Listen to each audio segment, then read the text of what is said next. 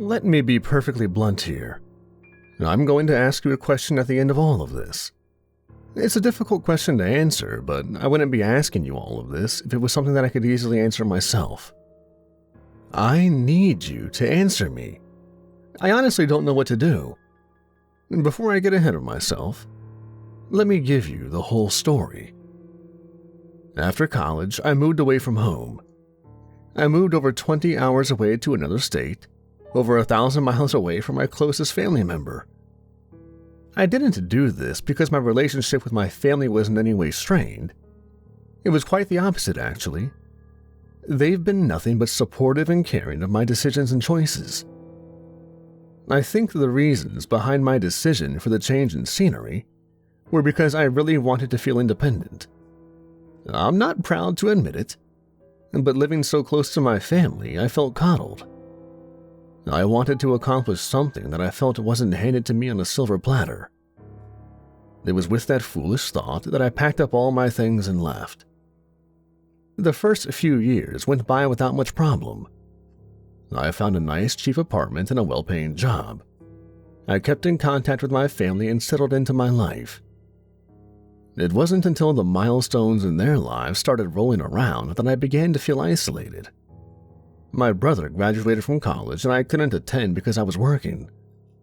My mother and father celebrated their 40th wedding anniversary and I wasn't able to congratulate them at a celebratory dinner because I was thousands of miles away.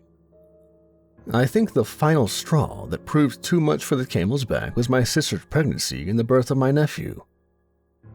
I was working when I got the text. I don't think it was the fact that I got the good news a few hours later than most. I think it was the fact that I received a text and not a call. It felt impersonal. It was like uploading some news onto Facebook as opposed to calling someone and letting them know personally. For the first time, I really felt left out and excluded from the family. This was the moment where I truly began to wonder if I had made the right choice in deciding to move so far away from my family.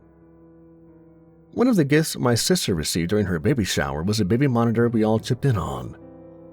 It was top of the line. The thing even had a webcam built into it. With the correct password, you could get a live feed of the nursery. I wasn't a big fan of the concept, but my sister was extremely enthused about the prospect of being able to share these moments with our family and our friends. Within the first couple of weeks of the baby's birth, the password had been circulated to all of our family and close friends. I never really used the password to look at the live feed for the first couple of months. My sister inundated us with enough cute photos, videos, and stories that I didn't feel like it was necessary. And some part of me still saw the concept of putting a streaming feed from the webcam on the internet as slightly distressing. I didn't really like the idea of looking in on my sister and husband trying to calm their fussy baby in the middle of the night, and I liked the idea less that someone else might stumble across the feed and be looking into their home without their permission. And to me, it felt like some sort of violation of their privacy. Like I said, for the first few months, I didn't use the webcam feature or the baby monitor. It wasn't until I started to have a rough patch at work that I began to get more pensive about my life choices up to that point. I also started to have some pretty severe bouts of insomnia. After a couple of weeks of tossing and turning for hours on end, I relented and went to see a doctor. The doctor ran a few tests but came up with no reasonable explanation. I slowly found myself becoming a night owl due to my inability to sleep. It was around this time that I started checking in on the live feed. At first, I tried to use my sleepless nights trying to be more productive. I read books, watched classic movies, and did other things that I typically couldn't find the time for in my day-to-day life. After a few weeks, I had read the books and seen the movies I had wanted to and now had very little to do. At 3 or 4 in the morning, you'd be surprised how little there is. All of my friends had gone to bed and there was no one to talk to. It was during these bouts of insomnia that I began checking out the feed. This may seem like an odd thing to say, but watching something so small and precious sleeping so contently really can set your mind at ease. The problems I was facing at work and my sense of isolation from my family began to drift away as I watched that little bundle sleeping so peacefully. It became a staple of my late nights when I was up and couldn't sleep. I'd listen to music, read a little, and check in on my nephew. A few times I even managed to drift off in front of the computer while watching the feed. I can't tell you when I first saw the thing. I think it was after about a month of dealing with my inability to sleep. It was a night like any other. I got off work, watched a movie on the TV, and turned on the feed. It must have been an hour or so later when I was drifting off that I saw it. The baby was sleeping soundly. The webcam was placed at the head of the cradle so you could see inside it and a little bit of the wall. There was no sound on the webcam, but the baby shifted slightly as if something had disturbed his sleep. It was only there for a split second, long enough to register but short enough to be passed off as a trick of the eye. I could have sworn that I saw a head poke up and look through the bars of the cradle before dropping below the line of sight of the camera. It was only for half a second, and I was in the midst of drifting off when that happened. I rubbed the sleep out of my eyes and focused on the screen for the next 10 minutes, trying to catch a glimpse of whatever I had seen before, but nothing happened or came into view other than the sleeping child. I scanned the screen for a couple more minutes, unsure of what I had seen. I chalked it all up to a trick of the mind and went to bed. And by the time I woke up the next morning, I was certain that whatever I had thought I'd seen was nothing more than my sleep-deprived brain messing with me after a long day. I went about my day like usual. I ate something small, went to work, and came home late. I'm fairly certain that the stress I was experiencing at work was what contributed to my inability to sleep at night. I signed on to the webcam and watched the feed. I thought for a moment about what I thought I had seen last night, but I brushed it off. I didn't think about what I had seen that night until about a week later when it made a reappearance. I had been out drinking with some friends from work. We drank a little more than we should have, but luckily the bar was within walking distance of my place. I drunkenly stumbled home and sat down in front of my computer. I wasn't ready for bed yet. Frankly, the idea of laying in my bed and feeling the world shift and tilt around me wasn't a very appealing prospect. I checked my email, and without putting much thought into it, I signed into the baby monitor feed. It was then that I caught my first true sight of the thing. The camera flicked on just as it was crawling across the wall opposite the baby's crib.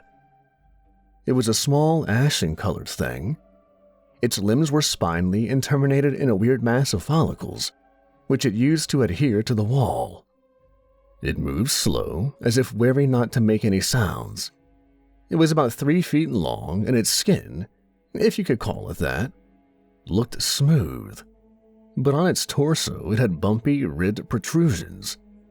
I think the most eloquent way that I can describe it is that the thing looked like something that would creep around in one of H.R. Geiger's wet dreams.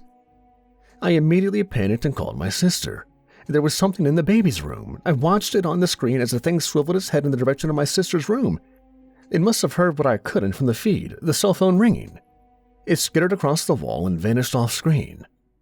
My sister groggily answered her phone, nonplussed about being woken up once the baby had been successfully put to bed. She immediately knew I was drunk by the slurring of my words and was about to hang up when she caught what I said. Something's in the baby's room. I heard her shaking her husband and sending him down to check. I had her hand him the phone before he went. I watched as the door creaked open on the webcam feed. I told him to look around the wall or possibly under the crib. He checked, but found no trace of anything. When I asked him if there was anything near the foot of the crib, he shrugged and told me that there was a vent, but seemed hesitant to believe that anyone could be down there. My brother-in-law put my sister back on the line, who now seemed aggravated at having been woken up so late at night. I lied and told her that I was certain I had seen a rat crawling near the crib. I had to lie to her. If I told her the truth, she'd think I had gone off my rocker. She agreed to find some way to seal off the vent just in case there was a rodent. I spent the rest of the night watching the baby sleep. The thing didn't make another appearance that night. I decided that my only recourse was to catch the thing in the act and get some photographic evidence. That was the only way I could get them to believe me and possibly get my nephew to safety. As it was the weekend, I had a little more freedom in my schedule. I slept during the day and stayed up at night so I could monitor the baby. I kept my phone right next to me and my fingers were on the keyboard so I could take a screenshot of the thing the instant it made an appearance. I spent a few nights watching the baby monitor without any strange occurrences. The weekend passed by, and I took a day off work so I could stay vigilant. The thing didn't show up that night either. I took the next day off, much to my boss's chagrin. I saw nothing that night also. When I called again to take another day off to sleep, my boss fired me. It didn't matter. I would catch that thing and keep my nephew safe. I started to doubt my sanity after a few more nights. Had I really seen something? Or was I having some sort of mental breakdown? Was I coming apart at the seams? I didn't spend a lot of time doubting myself before the fiend made its final appearance. To be honest, I wish I could have spent the rest of my life doubting my sanity as opposed to having my sanity reaffirmed by the grotesque reappearance of that fiend. I was struggling to stay awake. It was around 4 in the morning when the fiend made an appearance. I watched in shock as its slender spider-esque limb came into view through the bars of the baby cradle. It hoisted itself onto the rim of the cradle and stared at the sleeping form of my nephew. I was unable to look away from it. Its face was similar to a human's, but it was lacking a nose and appeared more tapered. My macabre fascination was broken the second it skittered down into the cradle with my nephew. I grabbed my cell phone and frantically looked up my sister's number. I selected call and looked back up at the screen. Now it was poised over my nephew like a spider waiting to descend on something caught in its web. The phone was ringing. Its appendages worked and worried at its chest. The membrane tore and sloughed off, exposing a pulsating mass underneath. Why wasn't she answering? I saw something in the fiend's chest worming and writhing its way free. Just before it dropped down onto my nephew, I realized why my sister wasn't answering. She had muted her phone so she could get a full night's sleep. The worm freed itself from the fiend's chest cavity and dropped onto my nephew's chest. He awoke and started to squall, but it was too late.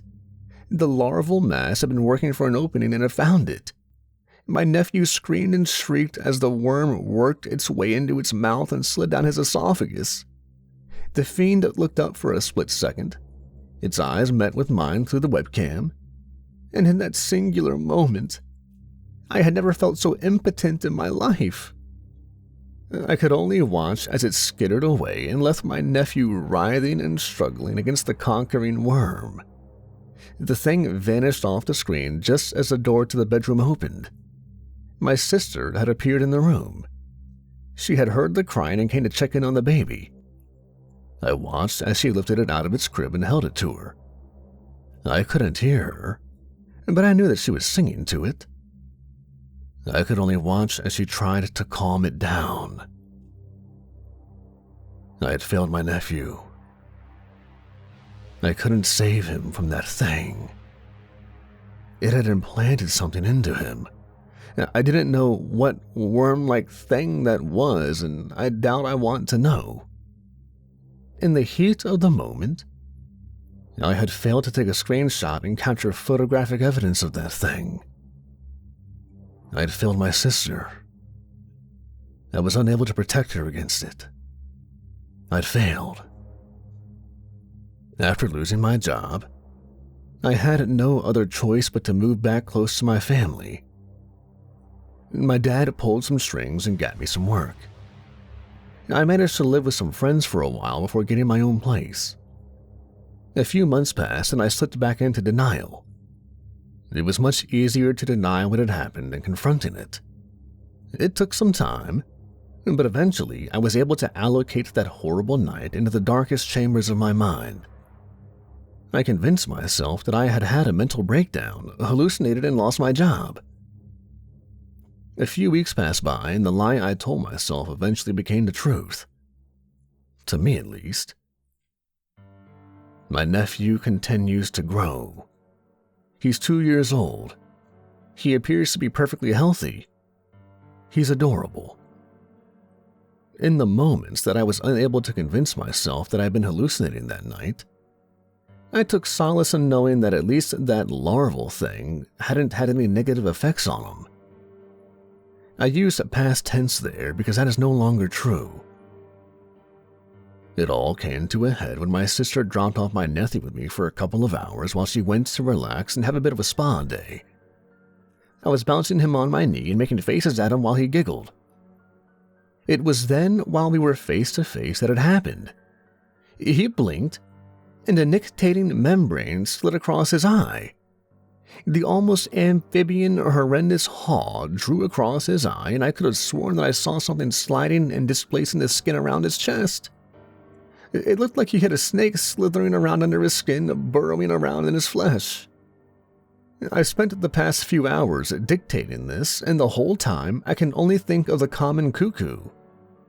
You see, the common cuckoo rarely raises its own. It instead opts to slip into another bird's nest and lay its egg. Once it hatches, the infant cuckoo knocks its surrogate brothers and sisters out of the nest, and the unsuspecting surrogate parents are left to feed and sustain the invading imposter. I can now only think of how that thing has in a sense laid its egg and left my sister and her husband to take care of its progeny.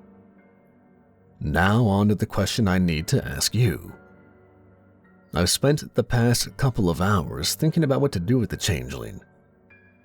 It's not my sister's child, not anymore. It's not my nephew. It is the thing that has killed my nephew. It's the thing that will grow up to implant to kill other people's children.